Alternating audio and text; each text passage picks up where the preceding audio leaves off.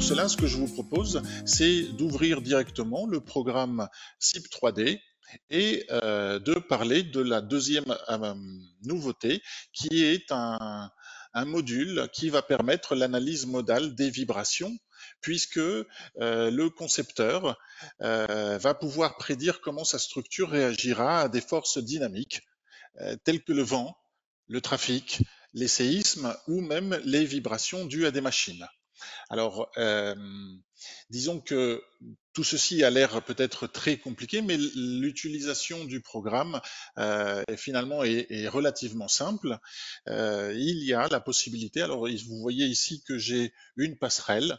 Je peux définir ici les cas de charge qui vont être liés à une analyse modale des vibrations. Alors ici, j'ai créé euh, deux cas de charge et vous voyez la possibilité de pouvoir générer des vibrations aussi bien sur le sens Z, c'est-à-dire verticalement. Donc j'ai associé la première hypothèse, enfin le premier cas de charge, et le deuxième, pour que ce soit plus compréhensible lors de cette présentation, eh bien j'y ai associé exclusivement les déplacements sur X et Y, c'est-à-dire ceux qui existaient déjà avant.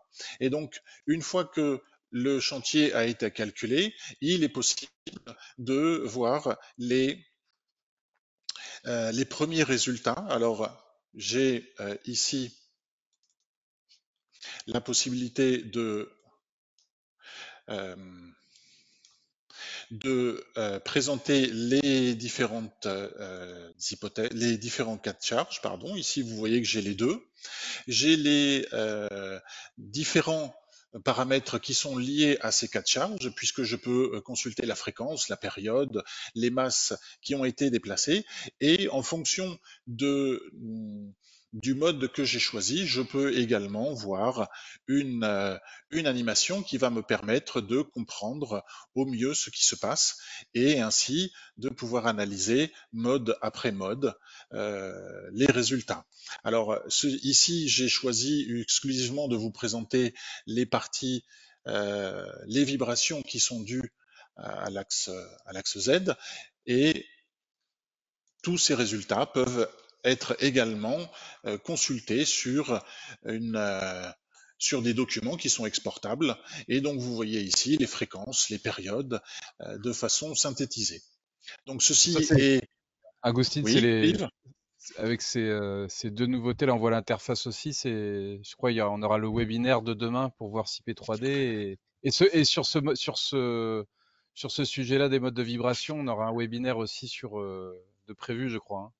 Effectivement, il y a un webinaire où on va rentrer beaucoup plus en matière, qui sera, je pense, avec cette même plateforme, mais disons qu'on prendra le temps d'expliquer pas à pas. Mais finalement, la dynamique, vous voyez, est assez simple, hein. Il s'agit de générer les cas de charge et de calculer. Alors ça peut prendre un certain temps, mais la relation avec l'utilisateur est très très simple. Ce qui se passe après informatiquement derrière, c'est une autre histoire.